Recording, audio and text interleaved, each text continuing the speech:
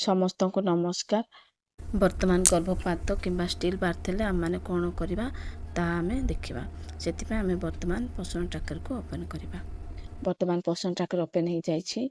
आमे हमरो बेनिफिशियरी ऊपर क्लिक करवा। बेनिफिशियरी ऊपर क्लिक कला परे आमे एठी देखुछु आमानकर जो गर्भवती विशेष करी जो 3 नंबर रे जो आमानकर अपडेट हेछि से ऊपर आमे स्पेशली आमे डिस्कशन करछु।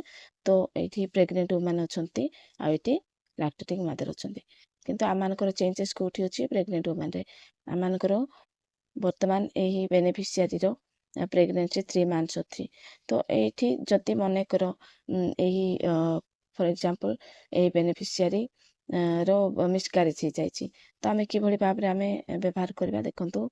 यार 3टा डॉट ऊपर आमे क्लिक करबा। 3 डॉट ऊपर क्लिक कले एठी आमे देखि पारुछु प्रथमे या पूर्वरु जो आपटा थिला सेठी आमानकर एही माइग्रेट टू लैक्टेटिंग मदर रे ही सब जिंस हो जाउतिला।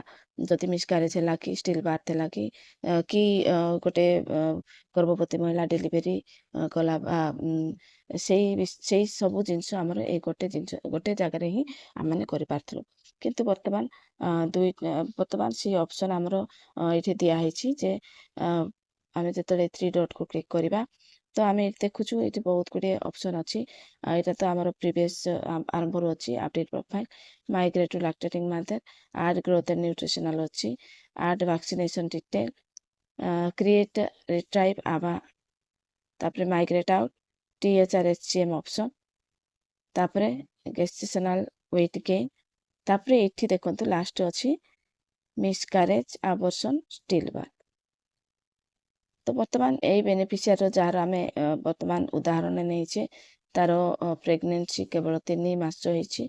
तो सेति पई तार तो ए माइग्रेट टू लैक्टेटिंग मदर रे एटा हमरो हबोनी, सेति पई एटा को डीएक्टिव करा हेछि।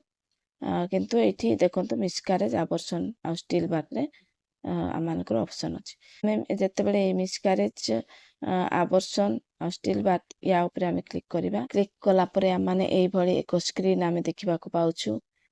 एठी देखंतु मिसकैरेज अबॉर्शन स्टिल बार्थ, तापरे एठी गोटे हमरो छुआरो गोटे महिलार चित्र दिया हेछि। महिलार ना, तार एज अछि, आ प्रेग्नेंसी मंथ अछि, डेट अछि, मंथ अछि। तापरे पुणी आमे तळक जतले स्क्रॉल करी देखिबा एठी देखंतु मिसकैरेज कोन पई हेछि तारो क्वेश्चन से आमान को पचाछि। तो ये देखंतु miscarriage spontaneous abortion or unexpected ending of a pregnancy in the first 20 week of gestation तापरे abortion within 20 week pregnancy, तापरे still birth, death or loss of baby before or during delivery। ए भितरु ए 3टा जे आमानकर जो option देछि एथिरु आमाने मानेकर जदि miscarriage हेछि आमे miscarriage को आमे on करबा, आ जदि अबॉर्शन हेछि अबॉर्शन को आमे ऑन करबा, जदि स्टिल बार्थ हेछि स्टिल बार्थ को आमे ऑन करबा। तो एठी मानेकर मिसकैरेज हेछि तो मु एटा ऑन कली। तापरे डेट ऑफ मिसकैरेज आमान को एठी पचारा जाउछि। तो एठी गोटे एग्जांपल देबा, मने करे एटा 10 एप्रिल रे हेछि, आमे ओके मारलो। तापरे एठी आमानकर सबमिट ऑप्शन आसिला, ताको आमे सबमिट करबा।